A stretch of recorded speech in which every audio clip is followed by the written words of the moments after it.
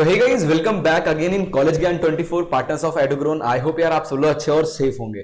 तो आज की वीडियो काफी ज्यादा इंटरेस्टिंग होने वाली है। सबसे पहले यार काफी लंबा गैप लेने के बाद मैं इस चैनल पे वीडियो लेकर आ रहा हूं। सबसे पहले इसके लिए तो सॉरी यार, काफी ज्यादा बिजी थे दूसरे कामों में। बट इंजीनियरिंग और डिप्लोमा का एडमिशन अब लगभग स्टार्ट होने वाला है। अभी ऑफिशियली डीटी काउंसलिंग पे जाकर देखोगे एमपी ऑनलाइन की वेबसाइट पे, तो अभी एडमिशन का कोई डेट या टाइम जो है वो अभी नहीं आया हुआ है। ठीक है, बट कॉलेजेस वाले जो हैं सीट फुल करना चालू कर चुके हैं। इसके चक्कर में बहुत ज्यादा फीस दे देकर बच्चों को डराया जा रहा है। कॉलेजेस वाले अच्छे से उनको डरा रहे हैं कि भाई जल्दी एडमिशन ले लो वरना सीट नहीं बचेगा। बल्कि अगर आप जाके dt.mp online पे जाके चेकआउट करोगे तो अभी कोई भी एडमिशन ऑफिशियली स्टार्ट नहीं हुआ है ना। आप अगर कॉलेज में जाके कॉलेज वाले अगर ये चीज आपको बोल भी रहे हैं ना, तो इसका मतलब क्या, वो जस्ट आपको बुकिंग करके रख रहे हैं। अभी उन्होंने भी कॉलेज वालों को भी आपको एडमिशन देने के लिए ऑफिशियल एमपी ऑनलाइन पे जाकर उनको वहां से फिलअप करना पड़ता है। वो अभी स्टार्ट ही नहीं हुआ है, तो अभी आप एडमिशन का इतना टेंशन क्यों ले रहे हो? जल्दी जल्दी सीट फुल होने का टेंशन देकर बच्चों को गुमराह किया जा रहा है और इसमें अच्छी तगड़ी फीस लूट रहे हैं। सारे कॉलेज दबा के पूरा पैसे लूट रहे हैं। किसी से 80,000 90,000, ये छोटे मोटे कोर्स के लिए 80 90 1 लाख रुपए लिया जा रहा है। तो ये सब चीजों से बच कर रहें, ठीक है। तो डिप्लोमा इंजीनियरिंग एमसीए जो टेक्निकल कोर्स जो है उसकी एडमिशन लगभग स्टार्ट होने वाला है, जल्दी स्टार्ट ही हो जाएगा। बट काफी सारे कॉलेजेस स्टार्ट कर चुके हैं, तो हम सोच रहे हैं कि क्यों ना इस पे कुछ अच्छे वीडियोस बनाकर आपके लिए जागरूक किया जाए। ठीक है, तो सबसे पहले भैया यार टेंशन बिल्कुल नहीं लेना है। ठीक है, ऑफिशियली अभी एडमिशन स्टार्ट नहीं हुआ है, तो जो भी कॉलेजेस वाले आपको डरा रहे हैं ना कि भैया सीट फुल हो जाएगी, जल्दी अभी एडमिशन ले लो, 80,000 रुपए दो, तो ये सब चीजों से बच के रहो, है ना। ये सब चीजों से बच के रहना है, ठीक है। और अगर आपको तलाश है यार कि डिप्लोमा करना चाहते हो, 10th पास आउट हुए हो और आप डिप्लोमा पॉलिटेक्निक करना चाहते हो, है ना। अभी कुछ दिन पहले मैंने इस पे वीडियो बना के बताया हूं कि पिछले साल की तरह इस साल भी पॉलिटेक्निक का एग्जाम नहीं होगा, है ना। आज से 2 साल पहले तक अगर आपको डिप्लोमा करना होता था तो आप एक पॉलिटेक्निक का एग्जाम दिया करते थे।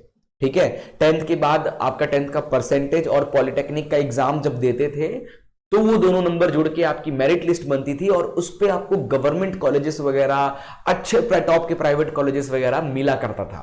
बट पिछले 2 साल से कोरोना के चक्कर में, उसके बाद इस साल भी वही बहाना डालकर इस बार कोई भी एग्जाम नहीं हो रहा है। आपके 10th में जो नंबर होंगे ना, उसी नंबर पे डायरेक्ट आपको मेरिट लिस्ट बनेगी। ठीक है, अभी एमपी ऑनलाइन की पोर्टल पर जाके देखोगे तो अभी एप्लीकेशन फॉर्म नहीं आया है डिप्लोमा के लिए भी, तो टेंशन मत लो। जैसे ही डिप्लोमा का एप्लीकेशन फॉर्म ओपन होगा मैं वीडियो बनाकर आपको नोटिफिकेशन दे दूंगा। करना क्या होगा आपको, आपका पहले तो 10th का रिजल्ट इंतजार कर लो। एमपी बोर्ड आईसीएसई वालों का तो रिजल्ट आ चुका है, काफी सारे स्टेट बोर्ड का भी रिजल्ट आ चुका है। बट जो सीबीएसई वाले बच्चे हैं वो डिप्लोमा करने का प्लानिंग कर रहे हैं, उनका तो अभी तक रिजल्ट नहीं आया है। डोंट वरी, रिजल्ट आने के बाद ही जो डिप्लोमा का जो पोर्टल है वो ओपन होगा, तभी आप फॉर्म भर पाओगे। फॉर्म जब आप भर रहे होगे ना, उसी बीच में आपके 10th का परसेंटेज पूछेगा, वो डालकर आपको ओके कर देना है। और आप के परसेंटेज के अकॉर्डिंग आपको कॉलेज की काउंसलिंग करनी होगी, है ना। काउंसलिंग से रिलेटेड कोई भी हेल्प चाहिए होगा तो आप free feel to contact us. आप हमें डायरेक्ट हमारी वेबसाइट के थ्रू कांटेक्ट कर सकते हैं या फिर आप हमें व्हाट्सएप भी कर सकते हैं। हमारी वेबसाइट पे जाइए, नंबर आपको मिल जाएगा। कोई भी काउंसलिंग रिलेटेड हेल्प चाहिए होगा तो अभी डिस्टर्ब मत करना, क्योंकि भाई अभी डिप्लोमा का फॉर्म ओपन नहीं हुआ है, जल्दी होने वाला है ओपन। ठीक है, तो अगर आप डिप्लोमा करना चाहते हैं आप लोग, ठीक है, ध्यान से सुनना, और आपको बेस्ट ब्रांचेस की जरूरत है, करेंट 2022 के अकॉर्डिंग बताने जा रहा हूं। और आने वाले 5 साल तक ये जो ब्रांच है ये ट्रेंड में रहेंगे।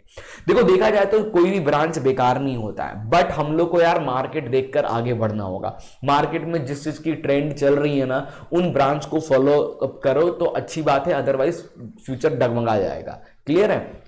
तो आप लोगों से बस मेरा यही कहना है कि मार्केट में जो चीजें चल रही है, जो ट्रेंडिंग चल रही है, आने वाले 5-10 साल तक चलेगा ना, अगर आप चाहते हो तो भाई वही ब्रांच लो जिसका ट्रेंडिंग है, अदरवाइज फंस जाओगे। ठीक है, तो वो कौन कौन से ब्रांच हैं जो करंट सिचुएशन के अकॉर्डिंग और आने वाले 5 साल तक टॉप बने रहेंगे, वो सारी डिटेल अपन इसमें डिस्कस करने वाले हैं। गवर्नमेंट सेक्टर के जॉब्स कैसे होंगे, प्राइवेट सेक्टर के जॉब्स कैसे होंगे, सैलरी के हिसाब से, बहुत सारे अलग अलग पर्सपेक्टिव के हिसाब से आपको मैं टॉप के 10 ब्रांचेस इस वीडियो में बताने जा रहा हूं। और ये आने वाले 10 साल तक ये टॉप 10 ही बने रहेंगे। ठीक है, तो वीडियो को देरी नहीं करते हैं। मैं हूं आशीष सिंह, आपका करियर काउंसलर। आई होप यार आपको ये वीडियो पसंद आया, और सबसे पहले लाइक कर दो, चैनल को सब्सक्राइब कर दो, ताकि मैं आपके लिए और भी इंटरेस्टिंग वीडियो लाता रहूं। बाकी आप कमेंट करके बताओ कि कौन से स्टेट के, कौन से सिटी के टॉप 10 प्राइवेट मैकेनिकल के लिए, सिविल के लिए, इलेक्ट्रिकल के लिए, जिस भी ब्रांच के लिए टॉप 10 कॉलेजेस चाहिए, जिस भी सिटी में डिप्लोमा के लिए बताओ आप करके, मैं आपको ढूंढ कर उसके लिए भी वीडियो प्रोवाइड पूरी करें, कोशिश करूंगा पूरी। ठीक है, तो जल्दी से कमेंट करके आप लोग बताइए। तो चलिए वीडियो को शुरू करते हैं।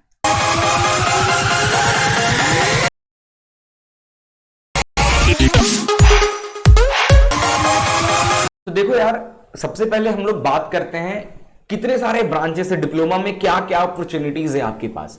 तो आप देख सकते हो स्क्रीन पे कितने सारे ऑप्शंस है। जितने भी आपको ये डिप्लोमा के जो दिख रहे हैं ना, यहाँ पे देखो, diploma in computer science engineering, diploma in civil engineering, diploma in automobile engineering, electronic and communication, electrical engineering, interior decoration, fashion engineering, ceramic engineering, art and craft, mechanical engineering, chemical engineering, instrumentation and control engineering, IT engineering, electronic and telecommunication engineering, aeronautical engineering, petroleum engineering, aerospace engineering, फिर mining हो गया, automobile, genetic, biotechnology, plastic engineering, agriculture engineering, food processing and technology, agriculturing और food, ये बहुत ज्यादा demand में चल रहे हैं आजकल। ठीक है, dairy technology and engineering, power engineering, infrastructure engineering, production engineering, ये भी बहुत ज्यादा ट्रेंड में चल रहा है, metallurgical engineering, motor sport engineering, environmental engineering और टेक्सटाइल इंडस्ट्रीज।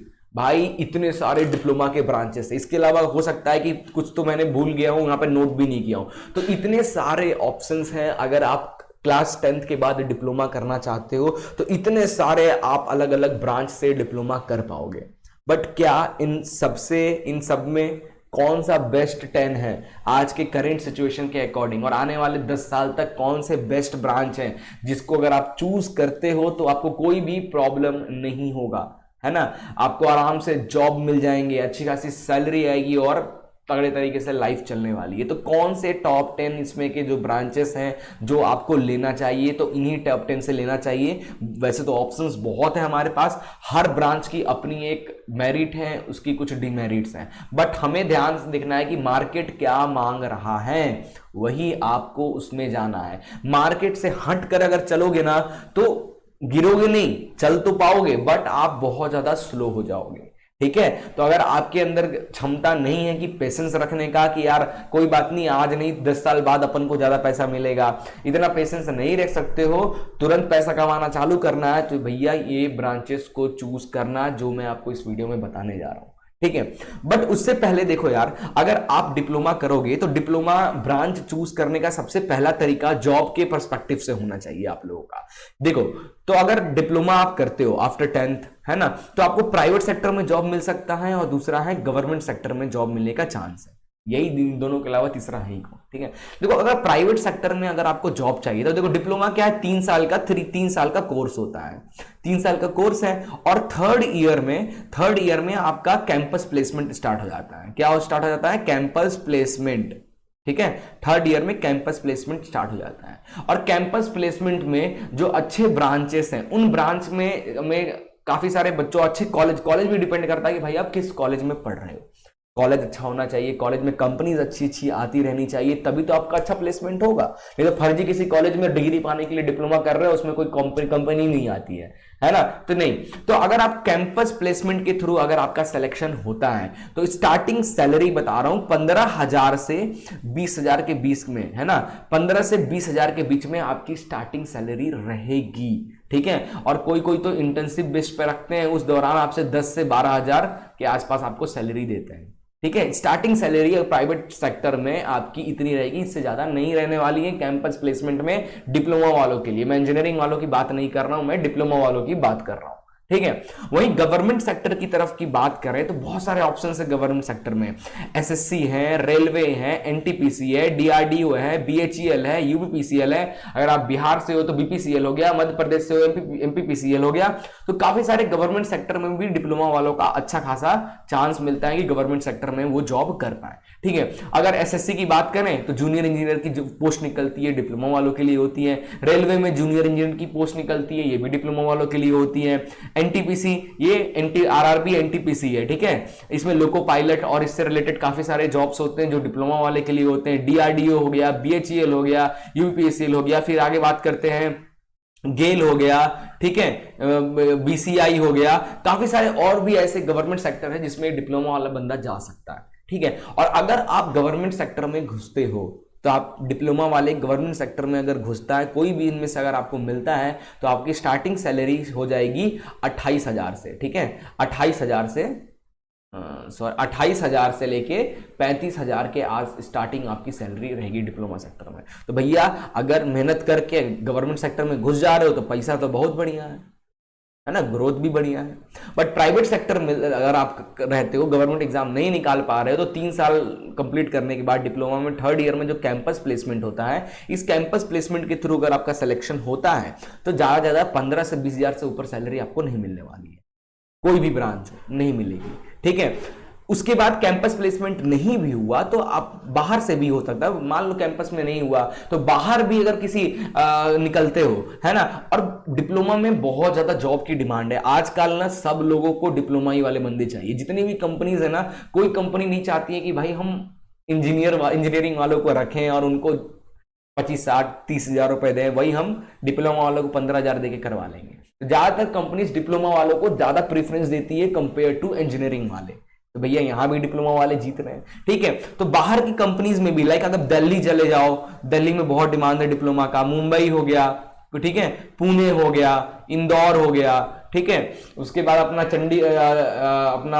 चंडीगढ़ में भी हो गया। ये कुछ आपको बाहर निकलना पड़ेगा, है ना। छोटे शहर में रह के चाहोगे कि आपको अच्छा डिप्लोमा करने के बाद अच्छा जॉब मिल जाए तो ये चीज इम्पॉसिबल है। छोटी सिटी में भी आपको नहीं है, बड़े बड़े सिटीज, बड़े बड़े उसमें जाओ तो बहुत डिमांड है, भर भर के आराम से 15 से 20,000 की आपको आराम से जॉब मिल जाएगी, है ना। और यही अगर आप 5 साल तक टिक जाते हो किसी प्राइवेट कंपनी में, अगर डिप्लोमा वाला बंदा अगर किसी कंपनी में 5 साल 6 साल टिक जाए ना, तो उसके बाद आराम से आपकी सैलरी समझ लो कितनी, 50 से 70,000 के बीच में आराम से इस डिप्लोमा वालों की सैलरी हो जाती है, जितना इंजीनियरिंग वालों का नहीं होता है ना। भाई 5-6 साल किसी कंपनी में आप काम कर रहे हो, इसका मतलब क्या, कंपनी का एक एक चीज आपके बारे में, आपके बिना कंपनी रुक जाती है, ऐसा माहौल बन जाता है 5-6 साल किसी इंस्टीट्यूट में काम करने से। तो आपको इस चीज का ध्यान रखना है, थोड़ा पेशेंस रखोगे तो अच्छा मुनाफा मिलेगा।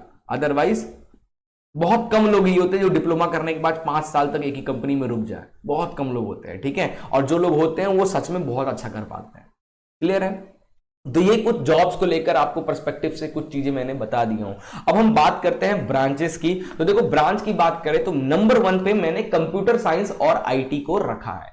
क्यों रखा है कंप्यूटर साइंस आईटी को डिप्लोमा में नंबर 1 ब्रांच? रीजन कुछ आप देख सकते हो। प्लेसमेंट के मामले में प्राइवेट कंपनीज की बात करते हैं, प्लेसमेंट के मामले में उतना अच्छा नहीं है। डिप्लोमा देखो, इंजीनियरिंग कर रखे हो कंप्यूटर साइंस आईटी से तो आपका बहुत ज्यादा मार्केट में डिमांड है, बट डिप्लोमा वालों का कंप्यूटर साइंस आईटी में उतना ज्यादा डिमांड नहीं है। बट हम कुछ दूसरे पर्सपेक्टिव से देखें तो हाँ, ये ब्रांच भी रखता है। प्लेसमेंट के मामले में इतना अच्छा खास कुछ प्लेसमेंट नहीं मिलेगा आपको कॉलेज से। सैलरी पैकेज तो बहुत तगड़ा होता है सीएसआईटी वालों का, डिप्लोमा की बात कर रहा हूं, याद रखना। गवर्नमेंट जॉब में उतनी अच्छी अपॉर्चुनिटीज नहीं मिलेगी। क्यों? जब गवर्नमेंट जॉब में आपको उतनी अच्छी अपॉर्चुनिटीज नहीं मिलेगी, जैसे मैं आरआरबी की बात करता हूं, आरआरबी में अगर जूनियर इंजीनियर की वैकेंसी जब निकलती है तो 1000 के आसपास पोस्ट निकलता है, ठीक है। इसमें से समझ लो 600 के आसपास पोस्ट इलेक्ट्रिकल वालों के लिए निकलता है, इलेक्ट्रिकल वालों के लिए 300 के आसपास आपका सिविल वालों के लिए, ठीक है।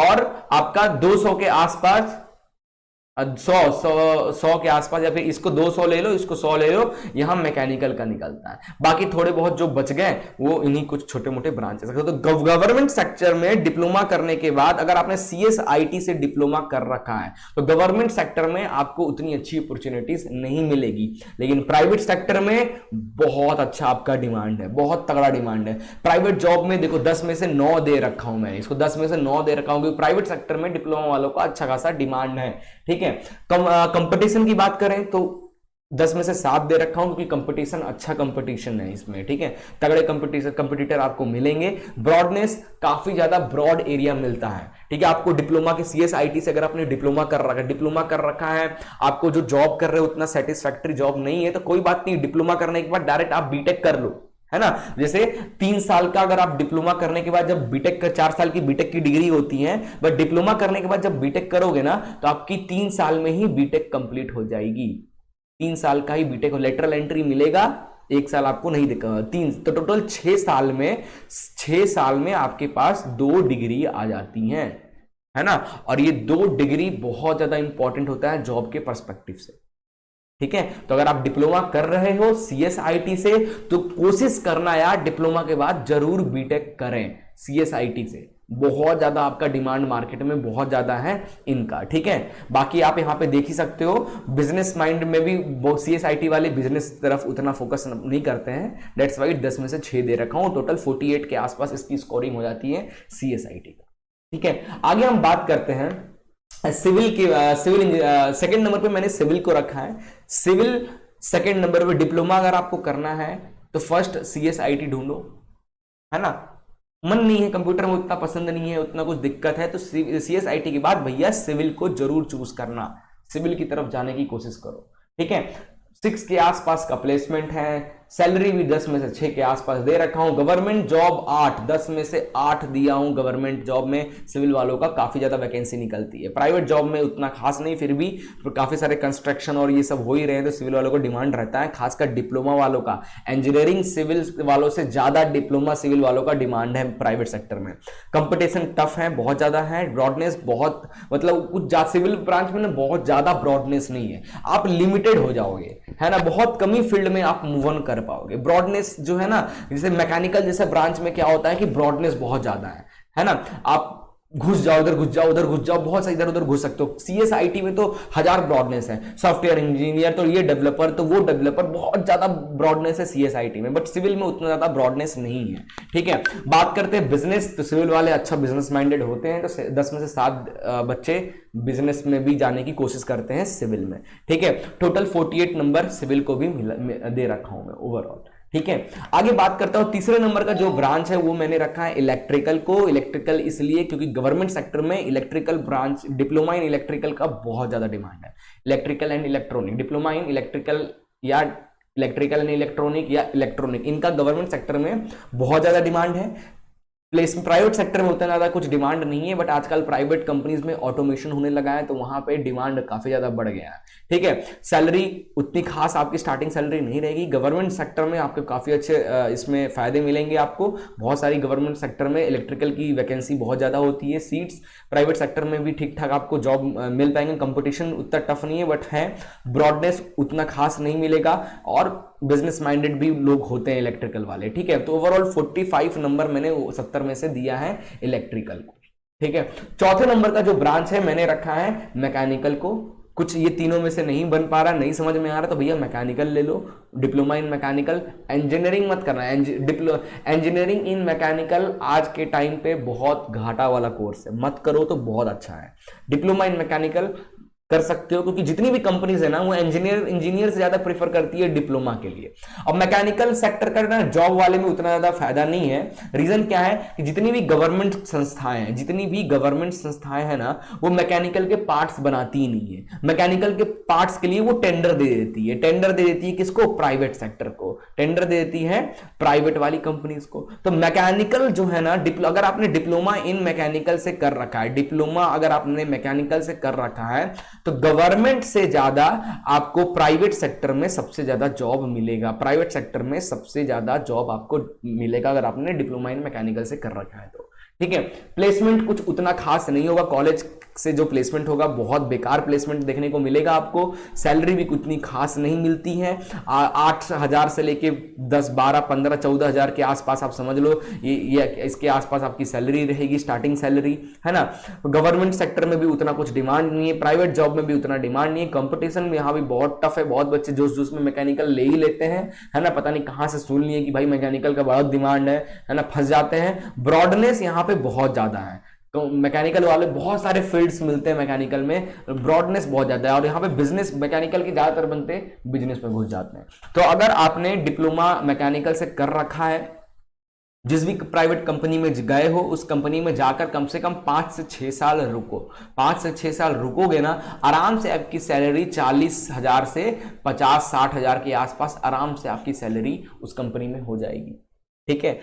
और अगर डिप्लोमा इन मैकेनिकल के बाद बीटेक इन मैकेनिकल कर लिए तो फिर तो किसी लायक नहीं रह जाओगे, डिमांड कम हो जाएगी। लेकिन डिप्लोमा डिग्री आपके पास रहेगी तो कहीं ना कहीं वो सपोर्ट कर देगा आपका। उसके बाद आगे बात करते हैं 5वें नंबर पे आप माइनिंग। डिप्लोमा इन माइनिंग का भी काफी ज्यादा गवर्नमेंट सेक्टर, प्राइवेट सेक्टर में डिमांड है, ले सकते हो। इलेक्ट्रॉनिक ले सकते हो, ऑटोमोबाइल ले सकते हो, एरोनॉटिकल ले सकते हो, एग्रीकल्चरिंग और 10 बायोटेक्नोलॉजी। ये कुछ लेटेस्ट डिप्लोमा के ब्रांच है जिनकी मार्केट में करेंटली बहुत ज्यादा डिमांड है। तो अगर आप डिप्लोमा करना चाहते हो तो ये टॉप 10 ब्रांचेस हैं जिनको चूज करो। आप कभी भी लॉस में नहीं जाओगे, कभी भी आपको कोई प्रॉब्लम नहीं होगा आगे चल के। ठीक है। इसके अलावा टेक्निकल फील्ड के अलावा आप डिप्लोमा इन फार्मा की तरफ भी मूव अप कर सकते हो। 10th के बाद अगर आपको मेडिसिन बायोलॉजिकल में बहुत ज्यादा इंटरेस्ट था तो डी फार्मा घुस ले लो भाई, डी फार्मा कर लो, 3 साल का ये भी कोर्स है diploma in pharma. Diploma in pharma करके उतना ज्यादा बेनिफिट नहीं मिलेगा, पहले ही बता दे रहा हूं, है ना। तो अगर आप डिप्लोमा इन फार्मा, आपको 10th के बाद 11th 12th पढ़ने का मन नहीं है ना, बट आपको मेडिकल फील्ड में जाना है तो डी फार्मा कर लो। और डी फार्मा करने के बाद रुक मत जाना वरना किसी लायक नहीं रह जाओगे। डी फार्मा के बाद बी फार्मा जरूर करना, और डी फार्मा के बाद बी फार्मा करोगे तभी जाकर कहीं ना कहीं आपको इसमें बेनिफिट मिलेगा फार्मेसी फील्ड में, अदरवाइज डी फार्मा का कोई वैल्यू नहीं है मार्केट में। ठीक है। तो ये ओवरऑल कुछ इंपॉर्टेंट चीजें था जो मैंने आपके साथ डिस्कस किया है। आई होप आपको कहीं ना कहीं बहुत ज्यादा हेल्प करेगा ये वीडियो आपको अपना सही ब्रांच चूज करने में। तो मार्केट में जो करंट सिनेरियो चल रहा है और आने वाले 5 साल में जो सिनेरियो रहेगा उसके पर्सपेक्टिव से जो भी टॉप के ब्रांचेस है वो मैंने आपको बता दिया है, और सबके बेनिफिट, डीमेरिट, मेरिट्स ये सब भी मैंने बता दिया है। आई होप वीडियो एंजॉय किए होगे। ठीक है। बाकी अगर आपको डिप्लोमा कॉलेजेस की लिस्ट चाहिए कि सर भोपाल में टॉप 10 प्राइवेट डिप्लोमा कॉलेजेस कौन से हैं, गवर्नमेंट कॉलेजेस कौन से हैं, इंदौर में, है ना, ग्वालियर में, जबलपुर में, तो आप जरूर कमेंट करके हमसे पूछें। हमारी टीम को मैं पूरा लगा के रखा हूं कि जैसे आपके कमेंट्स हमें मिलेंगे आपके कमेंट के अकॉर्डिंग हम आपको वीडियो भी प्रोवाइड कराते रहेंगे। ठीक है। तो यार मिलते हैं नेक्स्ट वीडियो में किसी नए टॉपिक के साथ, तब तक के लिए good bye, take care and जय हिंद।